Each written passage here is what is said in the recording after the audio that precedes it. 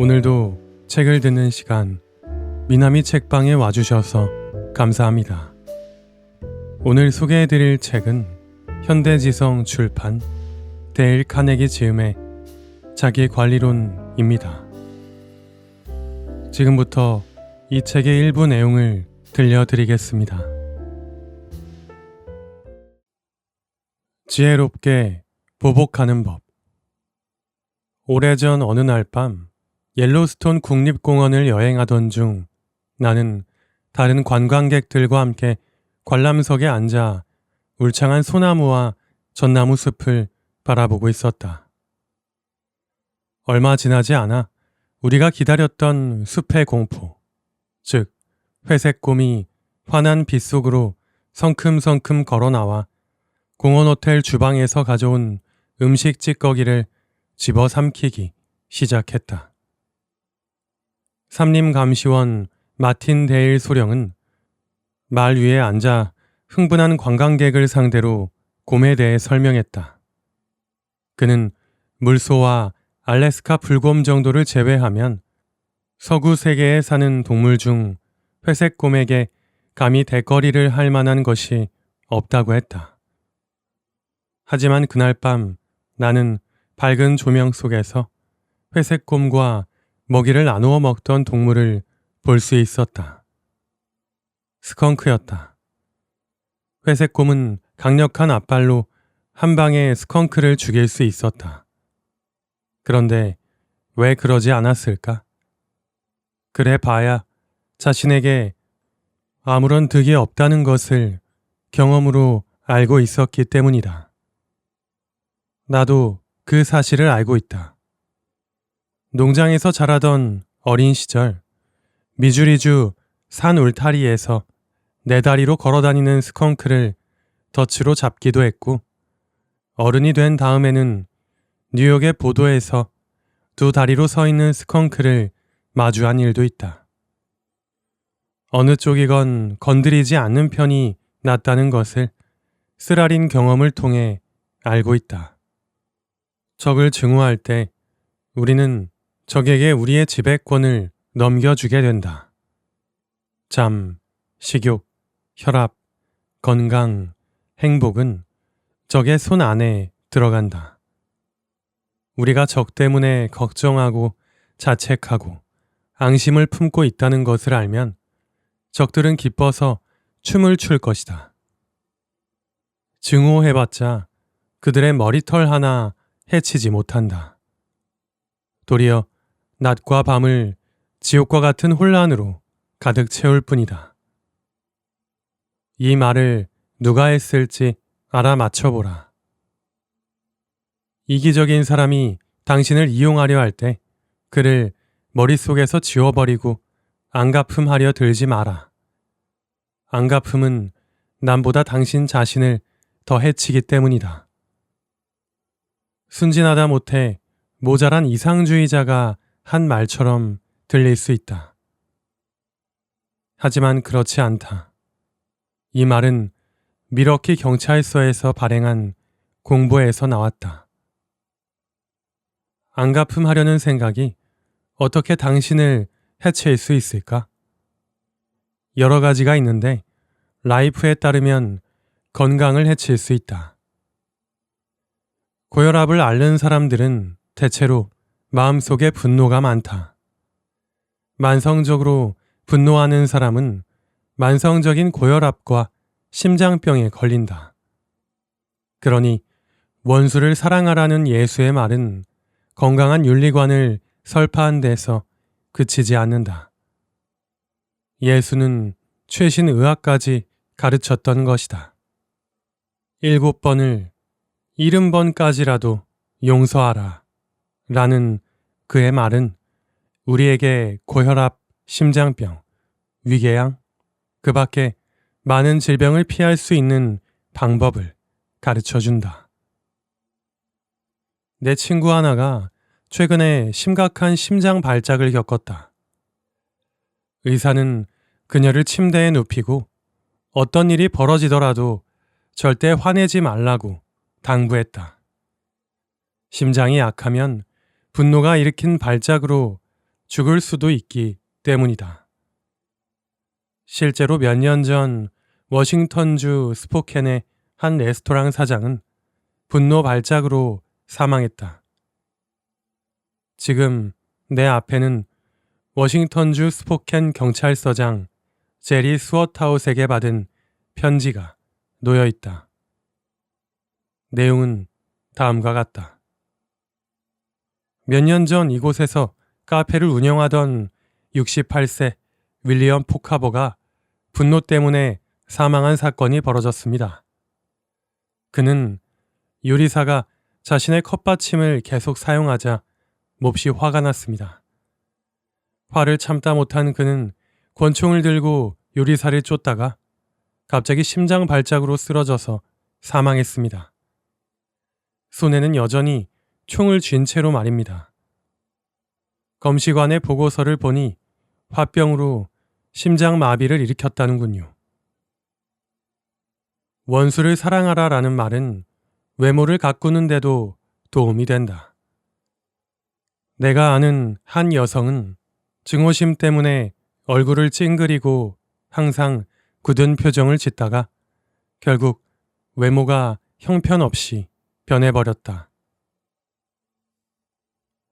아무리 훌륭한 미용 시술도 용서와 온유, 사랑으로 가득한 마음이 주는 효과에 미치지 못할 것이다. 증오는 음식 맛을 즐기지도 못하게 만든다. 성경은 채소를 먹으며 서로 사랑하는 것이 살찐 소를 먹으며 서로 미워하는 것보다 나으니라 라고 말한다. 우리가 적에 대한 증오심으로 기력이 쇠하고 지치고 초조해하고 외모가 망가지고 심장병에 걸리며 수명까지 단축시키고 있다는 사실을 알게 된다면 우리의 적은 박수를 치면서 흡족해하지 않을까? 원수를 사랑하지는 못하더라도 최소한 자신만은 사랑하자. 그래서 우리의 행복과 건강과 외모를 적이 지배하도록 내버려 두지 말자. 셰익스피어는 이렇게 말했다. 적 때문에 용광로를 뜨겁게 지피지 마라. 그러다가는 네가 먼저 화상을 입을 테니. 7번을 70번까지라도 용서하라 라는 예수의 가르침은 사업을 할 때도 큰 도움이 된다. 예를 들어 지금 내 앞에는 스웨덴 웁살라 프로데카탄 24번지에 사는 조지 로나의 편지가 놓여 있다. 조지 로나는 오랫동안 빈에서 변호사로 일했다. 그러다가 제2차 세계대전이 벌어지자 스웨덴으로 피신했다. 무일푼 신세였던 로나는 일자리가 절실했으며 몇 개 국어로 의사소통이 가능했기 때문에 수출입 관련 회사에 해외 연락 담당 자리를 찾고 있었다. 대부분의 회사는 전쟁 중에 그런 역할이 필요가 없지만 자리가 나면 연락을 주겠다는 식으로 반응했다. 그런데 한 곳에서는 이런 편지를 보내왔다. 당신은 제가 어떤 일을 하는지 모르는 것 같군요. 잘못 짚었을 뿐만 아니라 어리석기까지 합니다. 저는 해외 연락 담당이 필요 없어요. 필요하다고 해도 고용하지 않을 겁니다. 스웨덴어도 제대로 못하는 사람을 데리고 무슨 일을 합니까? 편지만 봐도 오류투성이잖아요. 편지를 읽은 조지 로나는 화가 머리끝까지 났다. 내가 스웨덴 말도 제대로 못한다니. 대체 무슨 소리람? 정작 자기 편지가 오류투성이인 걸 모르나? 그래서 편지를 보낸 사람의 화를 돋을 만한 편지를 썼다. 하지만 곧 이런 생각이 들었다. 잠깐만, 이 사람이 옳을지도 모르잖아? 내가 스웨덴어를 공부한 건 사실이지만 모국어가 아니다 보니까 나도 모르는 실수를 할 수도 있어. 혹시라도 그렇다면 일자리를 얻기 위해서 스웨덴어를 더 열심히 공부해야겠구나. 이 사람은 나에게 호의를 베푼 셈이야. 그럴 의도였는지는 모르겠지만 말이야. 기분이 썩 좋은 것은 아니지만 적어도 자신의 의견을 말해줬으니 내가 그에게 빚을 진 거나 다름없지. 그렇다면 고맙다는 편지를 써야겠다. 조지 로나는 이미 써둔 편지를 찢어버리고 새로 썼다. 해외 연락 담당이 필요하지 않은데도 굳이 시간을 내어 편지를 주셔서 감사합니다. 당신의 회사에 대해 잘못 알고 있었던 점도 사과드립니다. 여기저기 조사한 결과 귀사가 무역 분야의 선두주자라는 말을 듣고 감히 편지를 올렸습니다. 제 편지에 문법적 오류가 있다는 사실을 미처 몰랐습니다. 정말 죄송하고 부끄럽습니다. 제게 좋은 조언을 주셨으니 스웨덴어를 더 열심히 공부해서 잘못을 바로잡겠습니다. 저를 자기 향상의 길로 인도해 주셔서 감사하다는 말씀을 드리고 싶습니다. 며칠 후 조지 로나는 그에게 자신을 찾아오라는 내용의 편지를 받았다. 로나는 그를 만났고 놀랍게도 일자리를 얻었다. 그녀는 배우지 않고도 부드러운 말은 분노를 잠재운다 라는 사실을 깨우쳤다.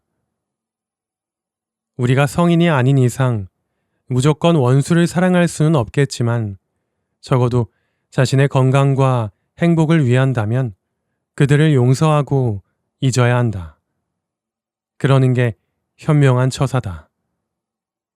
공자는 피해를 입거나 강도를 당해도 그 일을 계속 기억하지만 않는다면 아무 일도 아니다 라고 말했다. 한 번은 아이젠하워 장군의 아들 존에게 아버지가 앙심을 품은 것을 본 적이 있느냐고 물었다. 그의 대답은 이랬다. 아니요. 아버지는 좋아하지도 않는 사람을 생각하는데 단 1분도 낭비하려 들지 않으셨어요.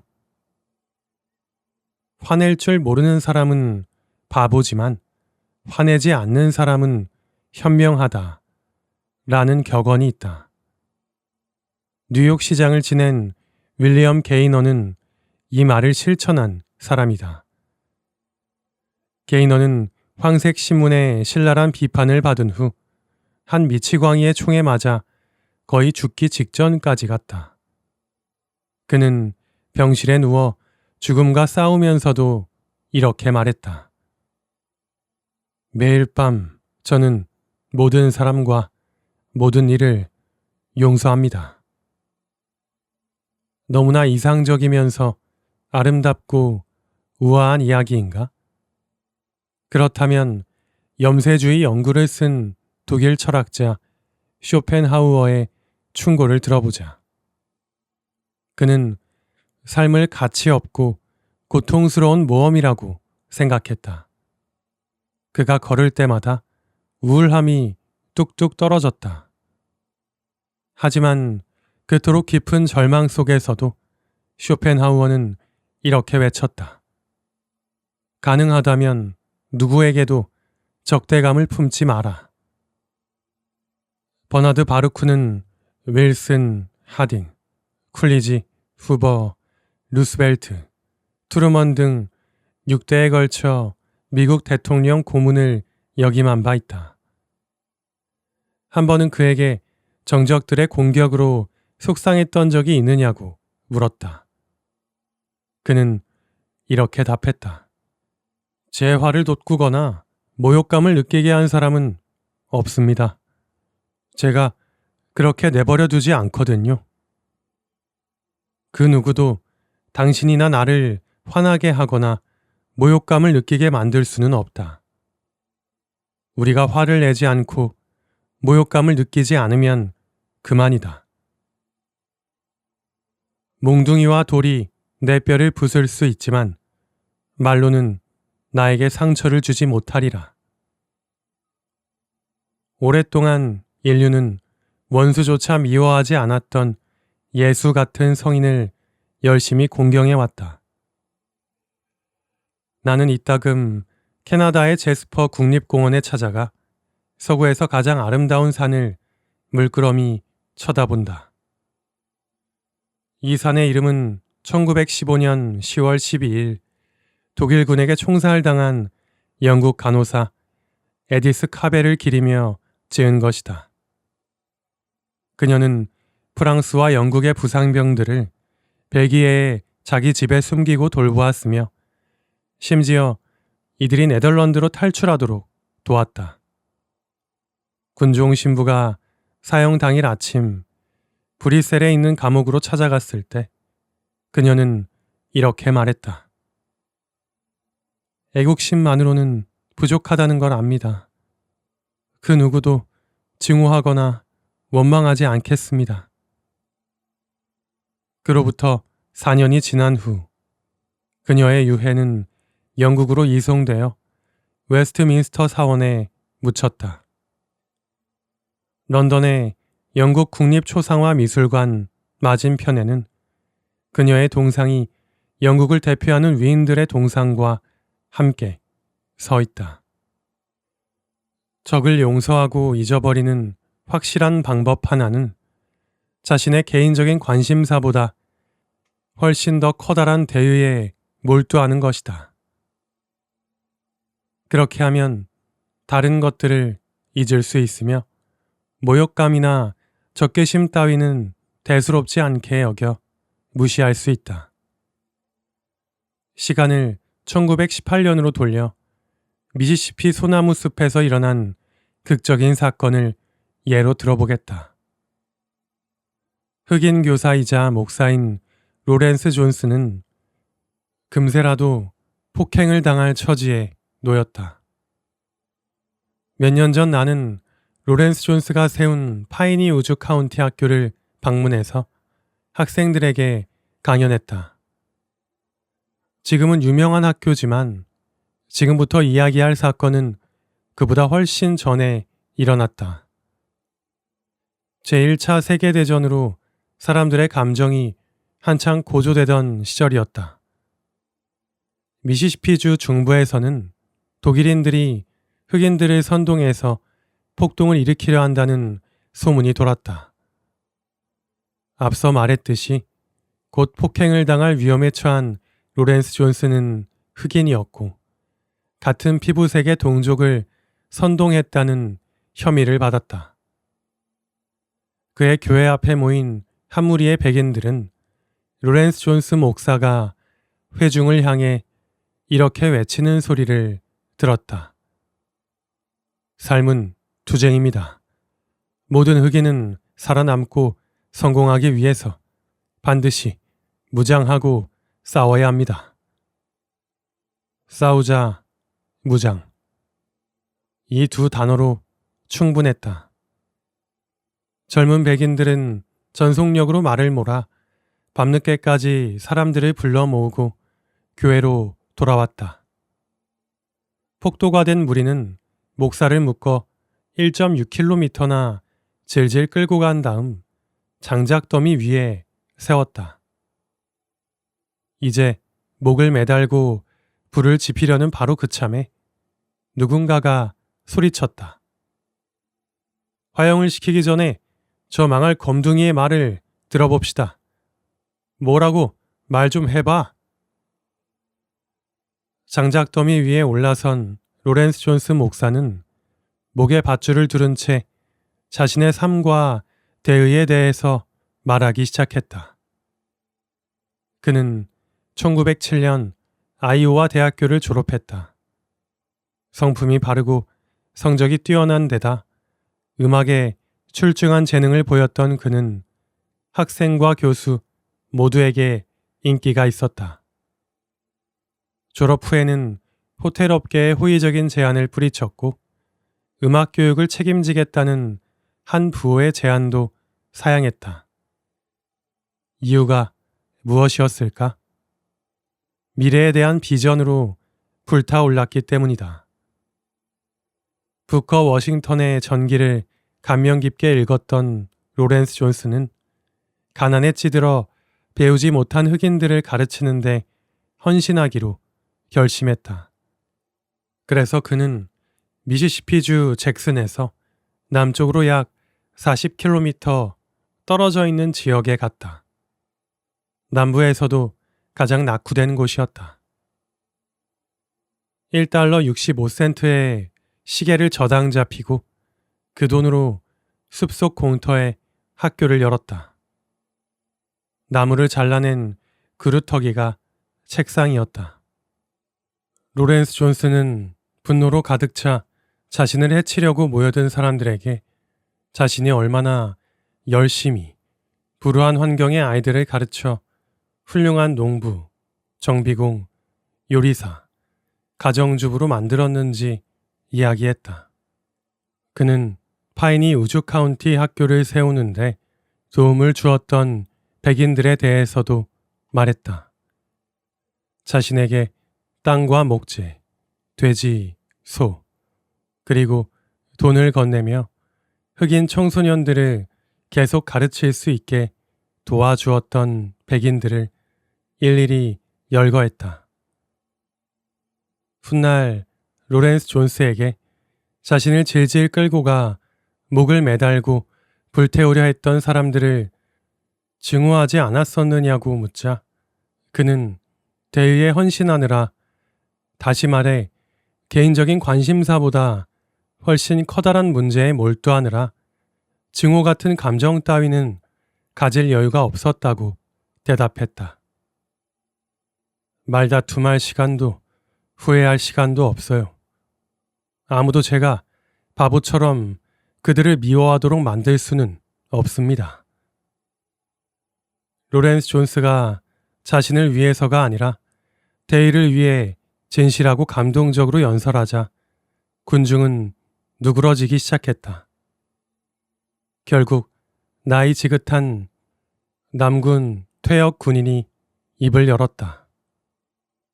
내 생각에 이 친구는 진실을 이야기하는 것 같소. 훌륭한 사람에게 우리가 실수한 모양이오. 저 친구를 목매달 게 아니라 오히려 도와줘야겠는걸. 그는 자신의 모자를 돌려서 파이니 우주 카운티 학교의 설립자를 목매달려고 모여든 사람들에게 기금을 거뒀다. 순식간에 52달러 40센트가 거쳤다. 말다툼할 시간도 후회할 시간도 없어요. 아무도 제가 바보처럼 그들을 미워하도록 만들 수는 없습니다. 라고 말했던 사람을 위해서 말이다. 이미 1900년 전 에픽테토스는 뿌린 대로 거둔다 라고 하면서 이렇게 덧붙였다. 모든 사람은 자신의 잘못에 대한 대가를 결국 치르기 마련이다. 이것을 기억한다면 누구에게도 화내지 않고 분개하지 않을 것이다. 또한 누구도 악담하지 않고 비난하지 않고 도발하지 않으며 증오하지도 않을 것이다. 미국 역사상 링컨만큼 비난을 받고 증오의 대상이 되고 숱하게 배신당한 사람은 없을 것이다. 하지만 링컨의 대표적인 전기를 남긴 헌더는 링컨을 이렇게 평가했다. 결코 자신의 호불호에 따라 사람들을 판단하지 않았다. 일을 할 때 자신의 정적에게도 똑같은 기회를 주려 했다. 누군가 자신을 중상하거나 모함할 때도 그가 어떤 일에 가장 적합한 사람이라면 서슴없이 그에게 중책을 맡겼다. 친구와 적을 구별하지 않았다. 자신의 적이라는 이유로 혹은 그가 마음에 들지 않는다는 이유로 누군가를 배제하는 모습을 본 적이 없다. 맥클렐런, 수어드, 스탠턴, 체이스 등 링컨이 고위직에 임명했던 사람들이 링컨을 비난하고 모욕한 적도 있었다. 하지만 링컨의 법률 자문을 맡기도 했던 헌던에 따르면 링컨은 그 누구도 자신이 한 일로 칭찬을 받아서는 안 되고 자신이 한 일이나 하지 않은 일로 비난을 받아서도 안 된다. 우리의 현재와 미래는 조건, 상황, 환경, 교육, 후천적 습관, 유전이 만들어내기 때문이다. 라고 믿었다고 한다. 링컨이 옳았다.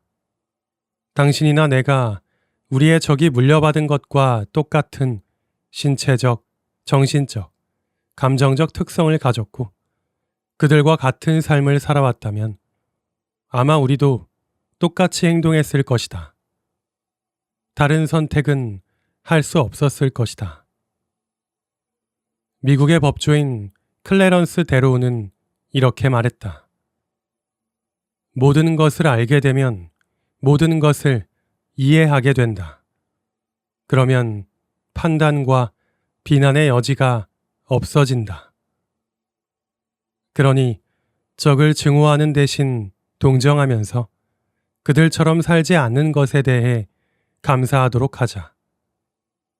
적에 대한 비난과 원한을 산처럼 쌓아두는 대신 그들을 이해하고 동정하고 도와주고 용서하며 그들을 위해 기도해 주기로 하자. 나는 밤마다 성경을 읽거나 성경 구절을 낭송하며 다 같이 무릎을 꿇고 가족 기도를 드리던 집에서 자랐다.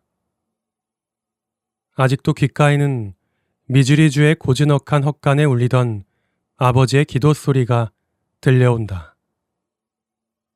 아버지는 인간이 이상을 소중히 간직하는 한 계속해서 세상에 울려 퍼질 예수의 말씀을 낭송하셨다.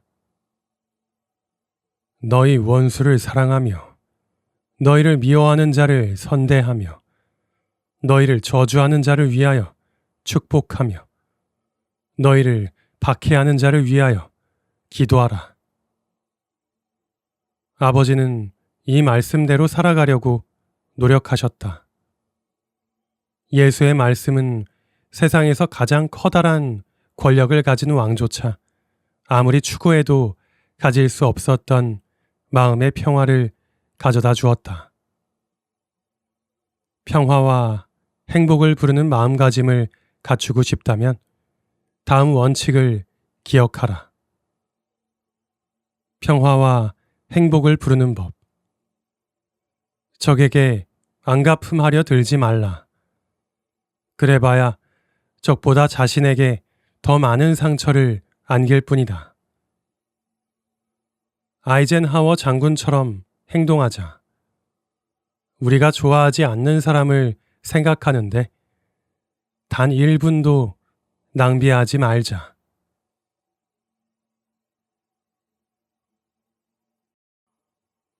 감사할 줄 모르는 사람에게 상처받지 않는 법.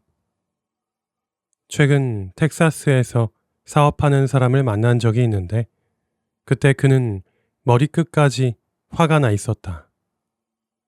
혹자는 그가 나를 만난 지 15분도 안 되어 이유를 말해줄 거라고 했는데 실제로도 그랬다. 그는 11개월 전에 있었던 사건으로 여전히 씩씩거렸다. 다른 이야기는 꺼내지도 못할 만큼 흥분한 상태였다. 사건의 전말은 이랬다. 그가 34명의 직원에게 크리스마스 보너스로 $10,000, 그러니까 한 사람당 대략 $300씩을 주었는데 고맙다고 인사한 직원이 한 명도 없더라는 것이다. 그는 씁쓸한 표정으로 투덜거렸다. 정말 속이 상해요. 그런 인간들에게는 단 한 푼도 주지 말았어야 했어요. 공자는 화가 난 사람은 언제나 독으로 가득 차 있다 라고 말했다. 그는 정말 독을 품고 있어서 안쓰러워 보일 지경이었다. 그의 나이는 환갑 정도였는데 생명보험사의 예측에 따르면 우리는 평균적으로 80세에서 현재 나이를 뺀 것의 3분의 2보다 조금 더 살 수 있다고 한다. 만약 그가 운이 좋다면 앞으로 14년에서 15년 정도를 더 살 수 있을 것이다. 하지만 그는 이미 지나가 버린 일 때문에 화를 내고 속상해하느라 여생 중에 거의 1년 정도를 허비했다. 참 불쌍한 사람이다. 그는 분노와 자기 연민에 빠져 허우적거리는 대신 감사하다는 인사를 받지 못한 이유가 무엇인지 자문했어야 했다. 어쩌면 그는 평소 급여에 비해 지나친 노동을 강요했을지도 모른다. 직원들이 크리스마스 보너스를 사장의 호의가 아니라 자신들의 마땅한 권리로 여겼을 수도 있다. 그가 비판적이고 다가가기 힘든 사람이라 고맙다고 말하기가 꺼려졌을 수도 있다. 아니면 직원 입장에서는 어차피 세금으로 나갈 이익을 선심 쓰는 척 보너스로 돌렸다고 여길 수도 있다. 거꾸로 생각해보면 사장은 이기적이고 치사하며 예의가 없는 사람일 수도 있다. 이럴 수도 있고 저럴 수도 있다. 자세한 일은 나도 모른다. 하지만 나는 사무엘 존슨이 한 말을 알고 있다. 감사는 교양 있는 사람이나 할 수 있는 자기 수행의 결실이다. 교양 없는 사람들에게는 감사를 기대할 수 없다. 핵심은 이것이다. 그는 인간적이지만 자신을 괴롭게 만들 수밖에 없는 실수를 범했다. 바로 감사를 기대하는 것이다. 그는 인간의 본성에 대해 잘 몰랐다. 당신이 누군가의 생명을 구했다고 가정해보자. 그가 마땅히 당신에게 감사해야 한다고 생각하는가? 그럴 수 있다. 하지만 사무엘 레보이츠의 사례를 보면 생각이 달라질 것이다. 그는 판사가 되기 전 형사사건 변호사로 활약하며 전기의자에서 죽을 뻔한 78명을 구해냈다. 그들 중 몇 명이 레보이츠를 찾아와 인사했을까? 혹은 크리스마스 카드라도 보냈을까? 당신이 짐작한 것처럼 단 한 명도 없었다. 예수는 어느 날 오후 한센병자 10명의 병을 고쳤다. 하지만 그중 몇 명이나 그에게 고맙다고 인사했을까? 단 한 명이었다. 누가복음을 읽어보라. 예수가 제자들에게 나머지 9은 어디에 있느냐 라고 물었을 때 이들은 이미 그 자리에 없었다. 감사하다는 말 한마디 없이 가버린 것이다. 질문을 하나 해보겠다. 당신이나 나 또는 앞서 말한 텍사스의 기업가가 보잘것없는 호의를 베풀었다고 해서 그 대가로 예수 그리스도보다 더 많은 감사 인사를 받아야 할까? 하물며 돈 문제라면 가능성이 더 희박하다. 찰스 슈와브는 은행 돈으로 투기를 한 은행원을 구해준 적이 있다. 슈와브는 그가 감옥에 가지 않도록 돈을 대신 물어주었다. 은행원이 고마워했을까? 물론이다. 하지만 머지않아 그는 슈와브에게 등을 돌리고 그를 매도하며 비난을 퍼부었다. 자신의 감옥행을 막아준 바로 그 사람에게 말이다. 친척에게 100만 달러를 준다면 그가 고마워할까? 앤드류 카네기는 실제로 그렇게 했다.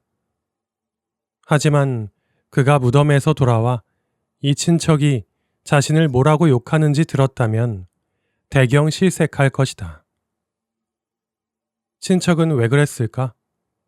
카네기가 공공자선단체에는 3억 6,500만 달러나 기부하면서 자신은 겨우 100만 달러만 먹고 떨어지게 했기 때문이다. 세상사가 다 그렇다.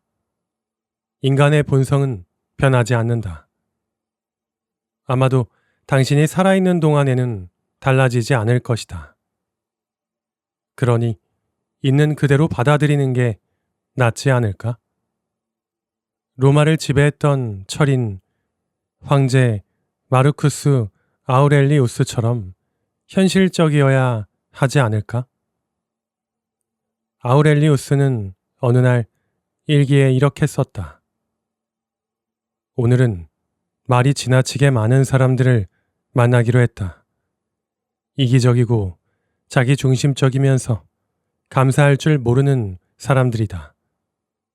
하지만 놀라울 것도 없고 화가 나지도 않는다. 그런 자들이 존재하지 않는 세상은 상상할 수가 없기 때문이다. 일리 있는 말이다. 당신이나 내가 감사를 모르는 사람들 때문에 툴툴거린다면 대체 잘못은 어디에 있는 걸까? 인간의 본성인가? 아니면 그것에 대한 우리의 무지인가?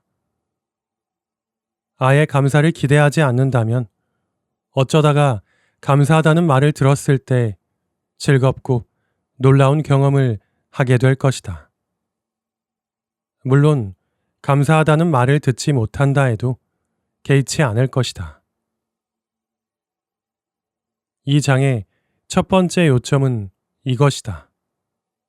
사람들이 감사를 잊는 일은 너무도 당연하다. 따라서 누군가 나에게 감사하기를 기대하며 살아간다면 앞으로 상심할 일이 많을 것이다. 뉴욕에 사는 한 여성은 외롭다는 불평을 입에 달고 살아간다. 친척들조차 그녀 곁에 가려고 들지 않는다. 사람을 붙잡고 자신이 어린 조카들을 얼마나 헌신적으로 돌보았는지 몇 시간이나 늘어놓으니 누군들 그녀와 가까이 지내고 싶겠는가. 조카들이 홍역이나 볼거리, 백일해에 걸렸을 때 간병했던 일이며 몇 년씩이나 먹이고 재운 일, 그중 하나를 경영대학원에 다니도록 도와주었던 일, 다른 한 명은 결혼할 때까지 데리고 살았던 일 등등 그녀의 이야기는 끝이 없었다.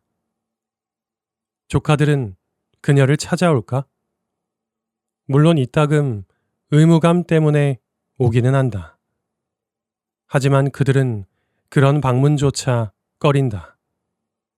몇 시간이고 똑같은 훈계를 들을 게 뻔하기 때문이다. 이 집에 왔다가는 끝없이 이어지는 불평과 자기 연민으로 가득한 한숨에 시달릴 거라는 사실을 알고 있다. 아무리 강요하고 호통을 치고 괴롭혀도 조카들이 자기를 찾아오지 않으면 그녀는 비장의 무기를 꺼낸다. 심장 발작을 일으키는 것이다. 심장 발작은 실제로 일어난다. 의사들은 그녀에게 심장 두근거림 증세가 있다고 진단했다. 다시 말해 신경과민성 심장을 가졌다는 말이다. 하지만 치료는 할 수 없다고 덧붙였다. 그녀의 병은 감정적인 문제에서 비롯되었기 때문이다. 그녀가 진정 바라는 것은 사랑과 관심이다. 하지만 자신은 감사를 원한다고 말한다. 어쨌든 그녀는 감사도 사랑도 받지 못할 것이다. 자신이 당연히 받아야 한다고 여기며 요구하기 때문이다.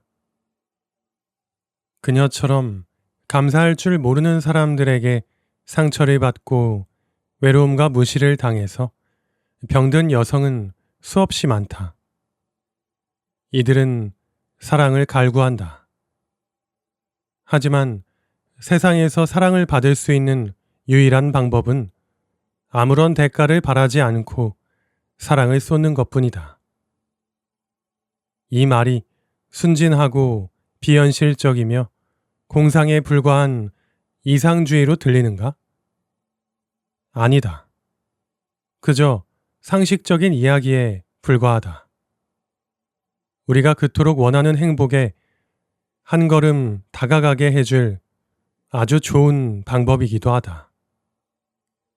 나는 내 가족에게서 일어난 일을 똑똑히 보았기 때문에 잘 알고 있다. 내 부모님은 다른 사람들을 도우면서 기쁨을 누리는 분들이었다. 우리는 언제나 빚더미에 눌려 지냈지만 아무리 형편이 어려워도 해마다 아이오와주 카운실 블러프스의 크리스천 홈이라는 고아원에 돈을 보냈다. 부모님은 한 번도 그곳을 방문하지는 않았다. 그러니 편지를 제외하면 기부해 주어서 감사하다는 인사를 들은 적이 없었을 것이다. 하지만 두 분은 충분한 보상을 받았다. 아무런 대가나 감사의 표시를 바라지 않고 아이들을 돕는 일 자체가 커다란 즐거움을 주었기 때문이다. 집을 떠난 후 나는 크리스마스가 다가올 때마다 부모님이 조금은 호사를 누렸으면 하는 바람으로 수표를 보내드린다. 하지만 두 분은 그렇게 하신 적이 거의 없다. 크리스마스 며칠 전에 집을 찾아가면 아버지는 그 돈으로 석탄과 식료품을 사서 가난하고 딸린 식구가 많은 미망인에게 보냈다고 말씀하신다. 어떤 보답도 바라지 않고 그저 베풀기만 하시면서 부모님이 얼마나 기뻐하셨는지 모른다. 나는 아버지가 아리스토텔레스가 말했던 이상적인 인간, 다시 말해 행복할 만한 자격을 갖춘 사람이라고 믿는다. 아리스토텔레스는 말했다. 이상적인 인간은 누군가에게 호의를 베풀면서 기쁨을 느끼고 도움을 받으면 부끄럽게 여긴다. 친절을 베푸는 일은 우월함을 상징하지만 친절을 받는 일은 열등함을 나타내기 때문이다. 이 장의 두 번째 요점은 다음과 같다. 행복해지고 싶다면 감사를 바라지 말고 주는 기쁨을 얻기 위해서 베풀라. 지난 만년 동안 부모들은 자식들이 감사할 줄 모른다고 머리카락을 쥐어 뜯어왔다. 심지어 셰익스피어의 비극에 등장하는 리어 왕은 감사할 줄 모르는 아이를 갖는다는 것은 뱀의 이빨보다 날카롭구나 라고 울부짖기도 하였다. 하지만 왜 아이들이 부모의 은혜를 고마워해야 하는가? 감사하도록 가르치지도 않으면서 말이다. 고마움을 모르는 편이 오히려 밭에 잡초가 나는 것처럼 자연스럽다. 감사는 장미와 같아서 거름과 물을 주고 잘 가꾸고 사랑하고 보호해야 한다. 아이들이 고마움을 모른다면 누구의 잘못일까? 아마도 부모에게 책임을 물어야 할 것이다. 다른 사람에게 감사하도록 가르치지도 않으면서 부모에게 감사하기를 기대할 수는 없다. 시카고에 사는 한 남자가 있다. 그는 자신의 양자가 고마워할 줄 모른다고 투덜댔다. 사실 그럴 만도 했다. 그는 박스 공장에서 고된 노동을 하며 일주일에 간신히 $40 정도를 벌었다. 한 미망인과 결혼했는데 그녀의 장성한 두 아들을 대학에 보내려고 빚까지 냈다. 쥐꼬리만한 수입으로 식비, 월세, 연료비, 옷값을 대는 것은 물론 대출금까지 갚느라 살림이 몹시 빠듯했다. 하지만 그는 4년 동안 뼈 빠지게 일하면서 아무런 불평을 하지 않았다. 그는 가족에게 감사하다는 말을 들었을까? 아니었다. 아내는 모든 일을 당연하게 받아들였고 두 아들 역시 마찬가지였다. 이들은 새아버지에게 빚을 졌다는 의식은 고사하고 고맙다는 생각조차 하지 못했다. 누구의 잘못인가? 아이들인가? 그렇다. 하지만 어머니의 책임이 더 크다. 그녀는 자식에게 의무감이라는 부담을 주는 것이 부모로서 창피한 일이라고 생각했다. 아이들이 빚을 지고 인생을 시작하기를 원치 않았다. 그래서 그녀는 자식에게 대학 공부까지 시켜주시다니 너희 아버지는 참 훌륭한 분이란다. 같은 이야기를 꺼낼 생각도 하지 않았다. 그러기는커녕 당연히 그 정도는 해야지 라는 태도를 보였다.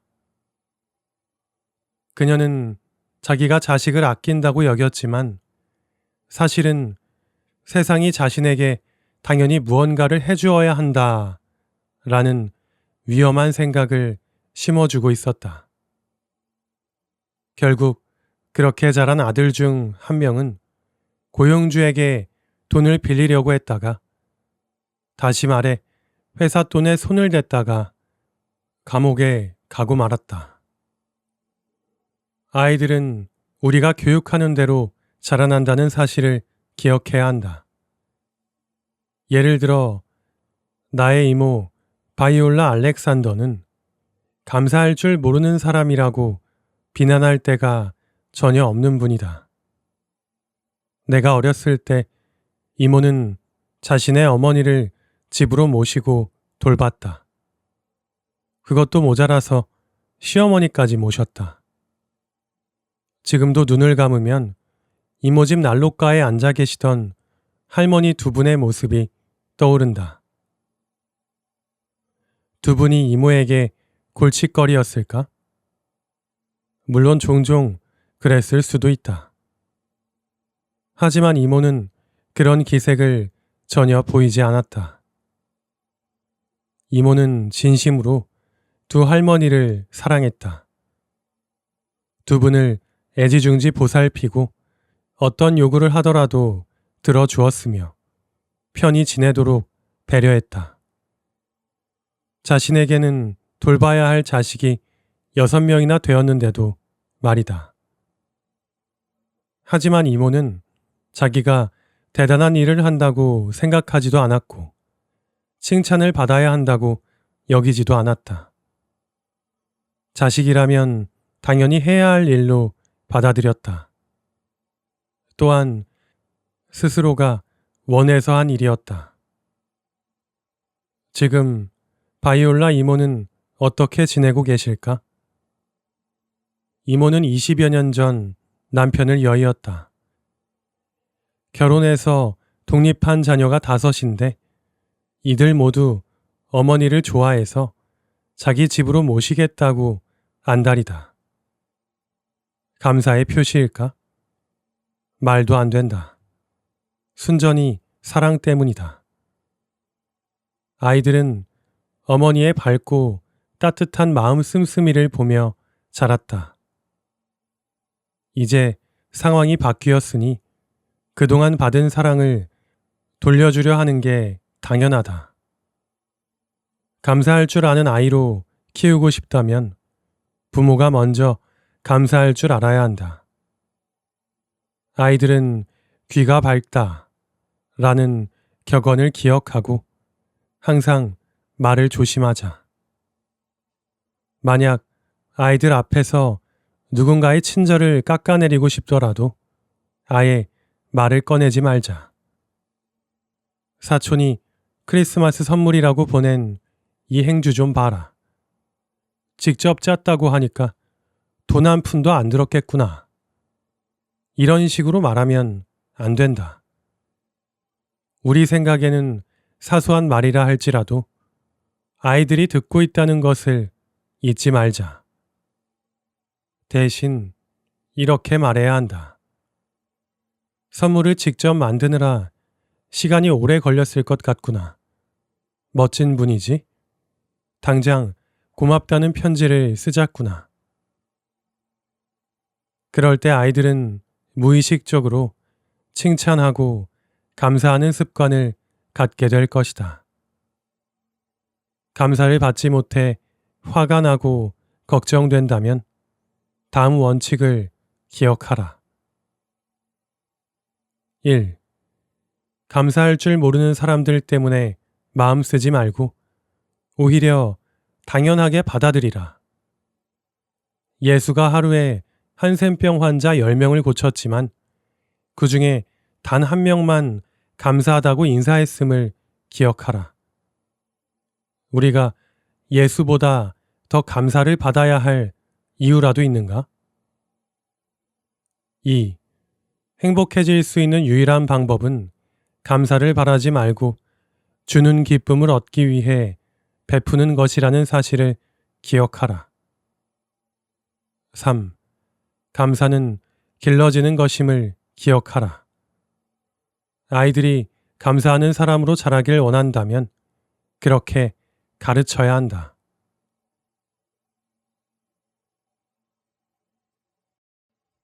지금까지 데일 카네기 자기관리론의 일부 내용을 들어보셨습니다. 성공한 투자자인 워렌 버핏이 강력하게 추천한 이 책은 걱정이 많아서 걱정인 현대인들에게 걱정을 줄이고 좀 더 행복한 삶을 위한 자세를 제시하고 있습니다. 저자는 이 책을 머리맡에 두고 시간이 날 때마다 읽으라고 권하고 있습니다. 이 책에 나오는 여러 예시는 어쩌면 내 삶과 닮아 있을지도 모릅니다. 이 책에서 데일 카네기는 우리의 인생이 평화롭고 행복해지기 위해서는 좋아하지 않는 사람을 생각하는데 단 1분도 낭비하지 말라는 아이젠하워 장군의 명언을 인용했습니다. 또한 적에게 안갚음하려는 행동과 생각은 오히려 자기 자신에게 더 많은 상처를 안긴다고 말합니다. 그 말대로 소중한 나의 시간, 오직 내가 행복하고 내가 좋은 일만 생각하도록 사용해야겠습니다. 그것이 나를 위한 길이며 그로 인해 내가 행복한 것이 오히려 내 적에게는 진정 배 아픈 일이기 때문입니다. 이 책에는 이 외에도 나를 되돌아볼 수 있는 좋은 내용들이 많이 담겨져 있으니 꼭 읽어보시기를 추천드립니다. 오늘도 소중한 시간 미나미 책방과 함께 해주셔서 감사합니다.